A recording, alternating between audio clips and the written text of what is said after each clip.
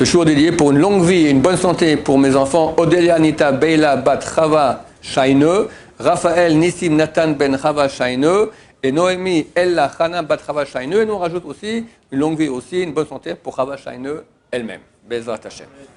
Alors, la question qu'on nous a envoyée ici, comment être sûr qu'Hachem n'attendra pas qu'une immense majorité des Juifs soient en Israël avant d'envoyer le Mashiach?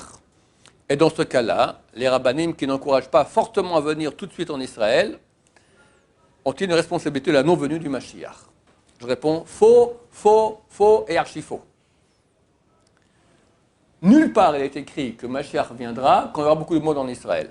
Preuve en est que Maïmonide écrit que le Mashiach, quand il arrive, il doit faire 4 choses.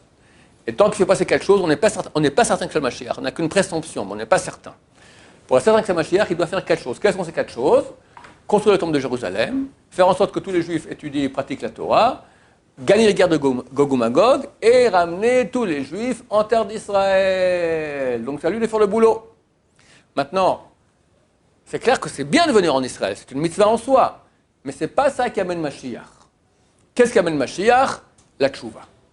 C'est marqué « En Israël nigalim, ela alede tchouva ». Le peuple d'Israël ne peut être sauvé que par la tchouva. C'est une Gemara dans le traité Sanhedrin, page 97. Et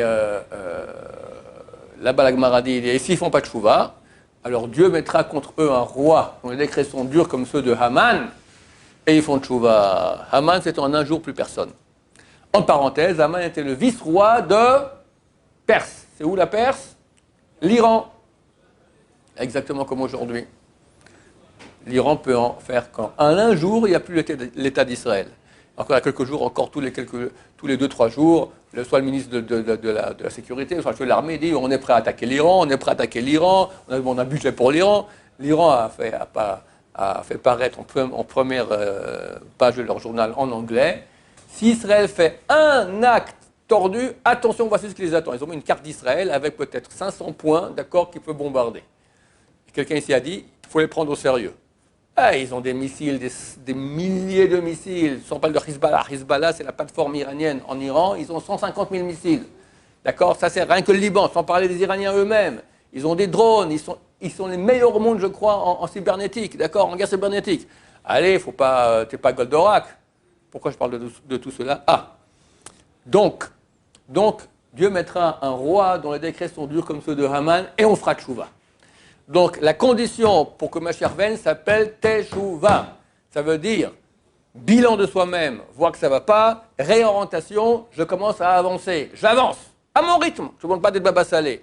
Mais tu fais une réorientation et tu te diriges vers Hachem, vers sa Torah. C'est ça qui amène Mashiach. Dans ce cadre, c'est bien aussi de monter en Israël. Et attention, très souvent des gens viennent en Israël. J'ai connu des gens qui étaient pratiquants de Shabbat en Israël. Ils sont arrivés en Israël, ils ont arrêté de faire Shabbat. Tout dépend où tu vas. Le Shabbat, Israël est un pays dangereux. C'est le pays de la sainteté. Mais quand il y a beaucoup de sainteté, il y a aussi beaucoup de Touma. C'est l'un contre l'autre, d'accord? Alors, quelqu'un qui a le choix entre Jérusalem et Tel Aviv, il n'y a pas photo. Jérusalem, la ville de la sainteté, Ira Kodesh, Tel Aviv, c'est la plus, comment ils appellent, Commonwealth, enfin je ne sais plus comment ils disent en anglais, d'accord, la plus sympa ville homosexuelle au monde. Alors, il faut choisir où tu veux éduquer tes enfants. Ah non, Natania. C'est pas la joie non plus. Ashdod, pas non plus, d'accord? C'est plein de Russes, c'est plein de mini-jupes, c'est plein de... Qu'est-ce que tu veux montrer à tes enfants? Tu n'as pas quitté... Bon, je ne sais pas si c'est mieux au niveau des mini-jupes. Ça se peut que c'est mieux, pareil, au niveau des mini-jupes que Nathan et Ashdod.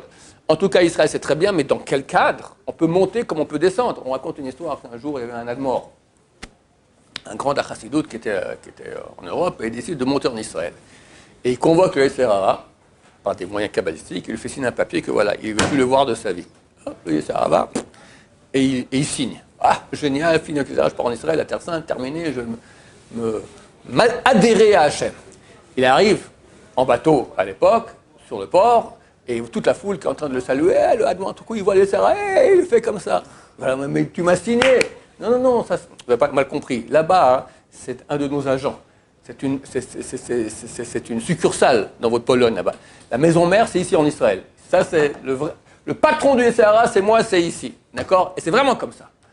Donc, ce n'est pas la raison pour ne pas monter. On doit monter dans les conditions qui permettront de monter en Israël. Monter, ce n'est pas que monter en altitude, d'accord? Il faut monter spirituellement, oui.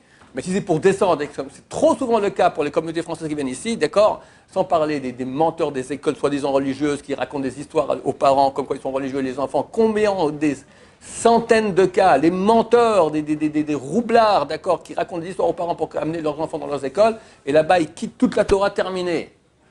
Donc oui Israël, mais ça n'a jamais été une condition pour que Mashiach vienne. Au contraire. Il faut comprendre pourquoi est-ce qu'on est hors d'Israël. Qu'est-ce qu'on fait à Paris? Qu'est-ce qu'on fait à Marseille? Qu'est-ce qu'on fait à Lyon? On est des Juifs de la terre d'Israël. Qu'est-ce qu'on est allé là-bas? Leicester? Comment on est arrivé là-bas? Mon cher ami, Dieu t'a amené en terre d'Israël, tu t'es mal comporté, tu as fait des péchés. Or, tu avais un job à faire. Le job du peuple d'Israël, surtout maintenant dans Shovavim, c'est ramener les étincelles par le fait d'étudier la Torah, par le fait de faire des mitzvot, de bosser pour réaliser la volonté de Dieu. Par cela, tu ôtes des étincelles de sainteté, comme on appelle cela, sont en fait des réalités de vie qui sont dans la mort, dans le mal, tu fais remonter vers Hachem. Maintenant, c'est le job du peuple d'Israël. Maintenant, ces étincelles de sainteté sont éparpillées dans le monde entier.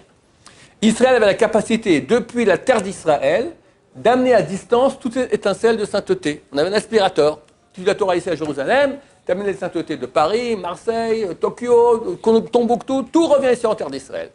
Mais, vu qu'on a péché ici en terre d'Israël, on fait beaucoup de péchés, alors l'aspirateur à distance, il s'est bouché, ça ne marchait plus. Il a fallu aller sur place.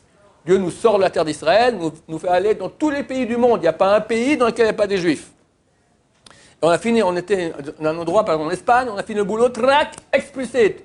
Il y a eu des dizaines d'expulsions, en quelques années, des dizaines d'expulsions au Moyen-Âge du peuple d'Israël de différentes régions. Pourquoi? Tu es dans un endroit, tu fais le travail, tu as pris les étincelles, tu pars, allez, etc. La raison pour laquelle on est à l'étranger, parce qu'on a des étincelles de sainteté à ramener. Le meilleur moyen de ramener ces étincelles de sainteté, ça s'appelle la tchouva. Il y a des milliers, des dizaines de milliers de juifs qui rêvent de venir en terre d'Israël. Ils n'arrivent pas. Ils ne peuvent pas. Ou le boulot, ou une mère qui est malade, c'est toujours des choses comme ça. Ça veut dire du ciel, feu rouge, tu ne peux pas y aller. Mais pourquoi? Parce que tu as encore des étincelles de sainteté à ramener de l'endroit où tu es.